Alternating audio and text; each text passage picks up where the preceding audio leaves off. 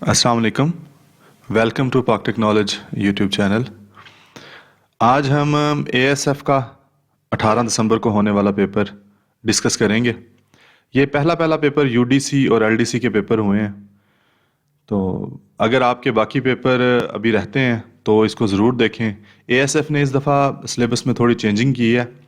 Syllabus इस दफ़ा 5 MCQ, total 50 marks का पेपर था, 50 एमसीक्यूज़ का, जिसमें 5 जो मार्क्स 5 इस्लामिक स्टडीज़ के थे और 5 मैथ के क्वेश्चंस थे, 10 इंग्लिश के क्वेश्चन थे। टोटल ये 20 हो गए, बाकी 30 मार्क्स का जीके था। इस तरह 50 एमसीक्यू का पेपर था।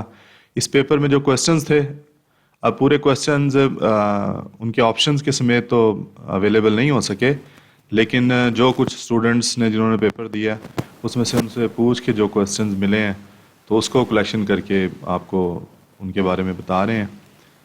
तो उनको डिस्कस करते हैं वन बाय वन, जो क्वेश्चंस पेपर में थे। इस्लामिक स्टडीज़ का क्वेश्चन था कि काबा कब तक तब्दील हुआ। आपको पता है कि पहले बैतुल मक़दस की तरफ रुख करके नमाज़ पढ़ते थे, तो हिजरत के बाद ज़ोहर की नमाज में ये अल्लाह ताला की तरफ से हुक्म हुआ और 2 हिजरी में काबा तब्दील हुआ। काबा की डायरेक्शन मुसलमानों ने बैतुल मक़दस से फिर हरम की तरफ, मस्जिद हरम की तरफ फिर मुंह पर करके नमाज पढ़नी स्टार्ट की। नेक्स्ट क्वेश्चन था कुरान में मक्की सूरतों की तादाद कितनी है। ये 86 है, के लिए पढ़ी जाती है, और जो कसूफ होती है वो सूरज ग्रहण के लिए पढ़ी जाती है। नेक्स्ट था एएसएफ का मकसद क्या है। एएसएफ का मकसद, नीचे कोई ऑप्शन होंगे इसके, वो पूरे ऑप्शन तो नहीं मिल सके, लेकिन वैसे एक्सप्लेन मैंने कर दिया है इसको, कि जो एविएशन होता है और मतलब एयरपोर्ट्स, उससे सराउंडिंग, और वहाँ पे दहशतगर्दी और क्राइम की रोकथाम के लिए, और पैसेंजर्स जो ट्रैवल करते हैं उनकी सिक्योरिटी के लिए, ये सारे काम होते हैं।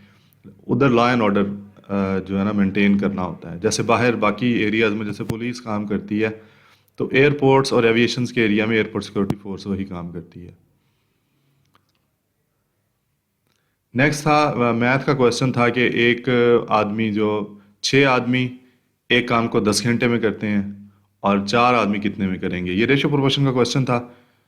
इसको एक्सप्लेन भी नेक्स्ट वीडियो में मैं कर दूंगा, लेकिन इस तरह इनवर्स प्रोपोर्शन बनता था, तो आपने इस तरह इसको सॉल्व करना था। 15 डेज इसका आंसर आता था। नेक्स्ट था कि एज प्रॉब्लम था नेक्स्ट, कि फादर और सन की एज दी हुई थी, उसमें से आपने कैलकुलेट करना था कि बाप जो है वो अपने बेटे से 3 गुना ज़्यादा उसकी उम्र है। 5 साल पहले उसकी उम्र अपने बेटे से 4 गुना ज़्यादा थी। तो इसको कैलकुलेट किया जा सकता है इसकी इक्वेशन प्रॉपर बना के।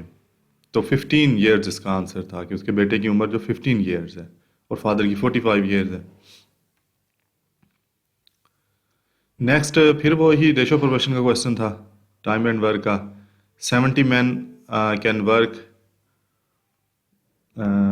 35 डेज। 70 आदमी जो हैं वो 35 दिनों में काम करते हैं, 40 बंदे वो कितने दिनों में करेंगे। ये भी इनवर्स प्रोपोर्शन बनता था, तो 16.25 बनता था इसका आंसर। नेक्स्ट था कि 550 स्टूडेंट्स हैं क्लास में, 42% जो स्टूडेंट्स हैं कॉलेज जाना चाहते हैं, 42%। तो फिर 550 का जो 42% है, ये 231 बनता है अगर परसेंटेज निकाल लें। 42 और 100 मल्टीप्लाई बाय 550 करेंगे तो उसकी परसेंटेज आ जाएगी। नेक्स्ट था बादशाही मस्जिद कब तमीर हुई। ये 1671 से 1673 इसका ड्यूरेशन आ रहा है। मुग़ल बादशाहत कब ख़त्म हुई। 1858 में आखिरी मुग़ल बादशाह जो था, अंग्रेज़ों ने पूरा कब्ज़ा कर लिया था उस पर। सबसे मुख्तसर दौरानिया किसका था। ये लॉर्ड माउंटबेटन का था। ये भी एक क्वेश्चन आया था। नेशनल एंथम जो है पाकिस्तान का, ये कब लागू हुआ। 16 अगस्त 1954 को हुआ ये। नेक्स्ट क्वेश्चन था कि कौन सी ऑर्गेनाइजेशन है जिसने आरसीडी को रिप्लेस किया, रीजनल कोऑपरेशन फॉर डेवलपमेंट। ये मेरा ख्याल 1964 में बनी थी, रीजनल कोऑपरेशन फॉर डेवलपमेंट। इसकी जगह पे फिर इसको रिप्लेस किया था इकोनॉमिक कॉरपोरेशन ऑर्गेनाइजेशन ने 1985 में। सेकंड इस्लामिक समिट 1974 में हुआ। ये पूछा था कि कब कहाँ हुआ था। नेक्स्ट था कि सीरीज कंप्लीट करनी थी 1, 8, 2, 7, 64, 1 to 5। आगे क्या बनता है? अगर इस सीरीज को गौर से देखें तो ये क्यूब है।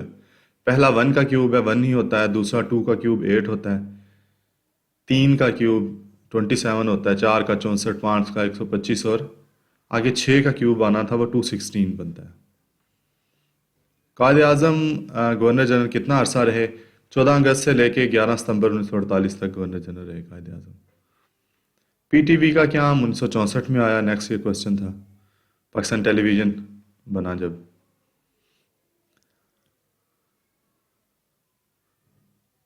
आइसलैंड ऑफ क्लोव्स किसका निकनेम है? ज़ैंज़िबार का निकनेम है ये।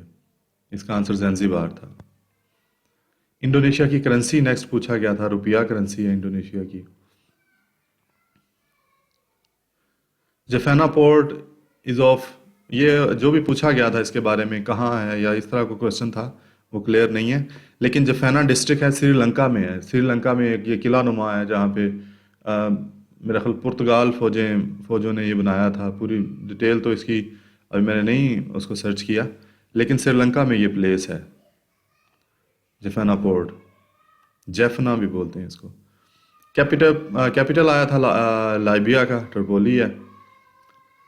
अमेरिका के कितने प्रेसिडेंट थे जिनको ऑफिस में कत्ल किया गया या जिनको दौरान सदारत कत्ल किया गया? ये 4 थे। ये भी क्वेश्चन एक आया हुआ था। इंडिया का जो रास्ता है, समुद्री रास्ता, ये किसने डिस्कवर किया था? ये वास्को डे गामा ने डिस्कवर किया था। इस स्लाइड का थोड़ा बैकग्राउंड नहीं आ रहा, तो ये इसका एक्चुअल आंसर था कि Vasco day gamma. Cap of good hope जो उन्होंने बर आज़म अफ्रीका के ऊपर से रास्ता दरियाफ्त किया था इंडिया आने का।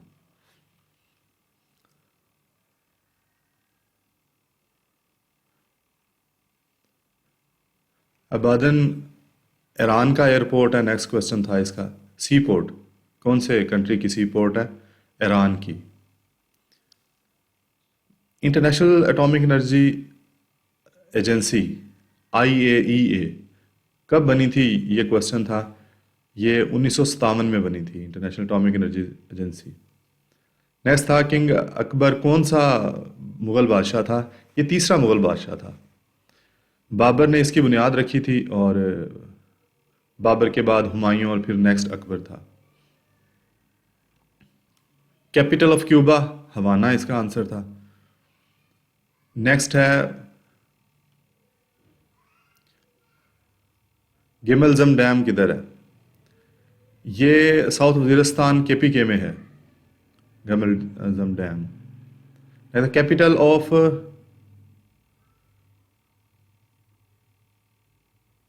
तंजानिया, मेरा ख्याल पूछा, तंजानिया कैपिटल का अंदर डोडोमा कैपिटल है इसका। क्वेश्चन जिस तरह मिले हैं उस तरह मैंने इसको पेस्ट किया, थोड़ा बहुत स्पेलिंग्स का इधर उधर हो सकता है। हाइडल पार्क लंदन में है जो लिबर्टी ऑफ स्पीच के नाम से मशहूर है। ये पूछा गया था कि किस नाम से मशहूर है। Browning of fruits is due to which vitamin? Vitamin C की वजह से जो ब्राउन हो जाते हैं फ्रूट्स, विटामिन C इसमें होता है। और भी फैक्टर्स होते हैं। विटामिन का पूछा गया था, विटामिन कौन सा इन्वॉल्व होता है? विटामिन C है। 3 जॉर्ज डैम कहाँ पे है? ये चाइना में है। Send the book dash my address, ये भी क्लियर क्वेश्चन नहीं था। तो अगर ये होता कि send this book to me, अगर होता कि मुझे सेंड करें तो टू मी आता। अगर ये होता कि send this book to me at my address, अगर एट का हुआ होता तो फिर एट आता। ये क्लियर क्वेश्चन हो जाए।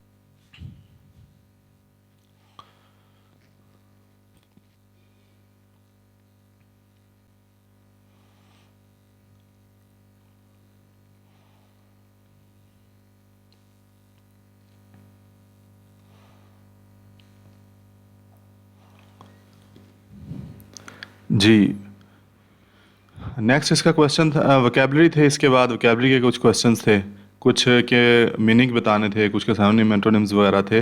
प्रॉपर क्वेश्चन तो नहीं। पता चल सके इसके कि प्रॉपर उसमें एंटोनिम्स सिनोनिम्स किस किस के थे। लेकिन ओवरऑल जो वर्ड्स थे उनको एक्सप्लेन मैंने कर दिया है सबको, जो जो वर्ड पेपर में आए हुए थे। इसको ज़रा देख लें।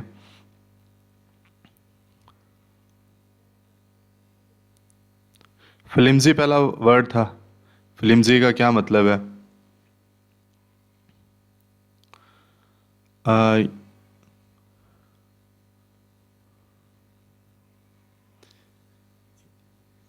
इससे मुराद है ऐसी चीज़ जिसको इजीली डैमेज किया जा सके, लैक ऑफ सब्सटेंस या इस तरह इसका मतलब था। फ्लिम्जी पहला क्वेश्चन था।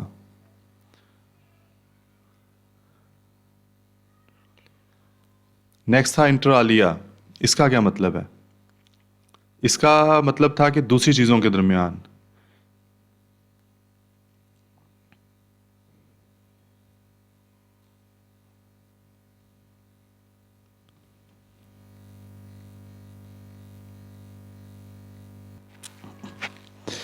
इंट्रालिया का मतलब था अमंग द अदर थिंग, दूसरी चीज़ों के दरमियान।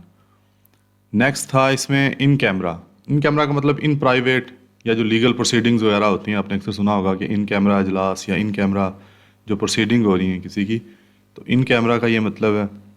नेक्स्ट पॉपुलर, फेमस होना किसी चीज़ का, वाइडली एक्सेप्टेड या वाइडली लाइक। नेक्स्ट लॉस्ट, किसी चीज़ का डिस्प्लेस हो जाना या पोजेशन में ना रहना, कब्जे में ना रहना, उसको लॉस्ट कहते हैं। वांड, इन्फॉर्म करना कोई किसी काम से पहले किसी को, इन्फॉर्म्ड इन एडवांस। डिस्पोज का मतलब होता है किसी अरेंज वे में किसी चीज़ को सेटल कर देना, किसी ख़ास तरीके से किसी चीज़ को एक ठिकाने लगा देना, उसको डिस्पोज कहते हैं। एवर्स था नेक्स्ट। एवर्स का मतलब होता है स्ट्रांगली डिसलाइक, बहुत ज़्यादा नापसंद करना। ने टेकन इन, कोई चीज़ रिसीव कर लेना, हासिल कर लेना, एक्वायर्ड कर लेना, इसका मतलब था। कंप्लेनिंग, डिससेटिस्फेक्शन किसी चीज़ से हो उसको बयान करना, किसी चीज़ के मतलब आप सेटिस्फाई नहीं है उसको बयान करना, कंप्लेनिंग कहते हैं। गो बैक, किसी प्रीवियस जो जगह उस पर वापस जाना। इनॉर्मस था नेक्स्ट। इनॉर्मस का मतलब होता है कि बहुत वसी, जो कहते हैं कि यूनिवर्स इनॉर्मस है, तो बहुत बड़ी, ह्यूज, वास्ट, इस तरह का मतलब था इसका। ये पेपर था। टोटल इसमें पोर्शन थे 4 पोर्शन थे बेसिकली। इस्लामिक स्टडीज़ के 5 क्वेश्चन थे, 5 मैथ के थे, 10 इंग्लिश के थे और बाकी 30 क्वेश्चन जीके के थे। तो नेक्स्ट पेपर से पहले आप लोग ये प्रिपेयर करके जाएं। इसी से मिलता जुलता बाकियों का भी सिलेबस होगा, तो इंशाल्लाह बाकी भी कोई पेपर आएगा तो आपके साथ शेयर करेंगे। तब तक के लिए अल्लाह हाफिज़।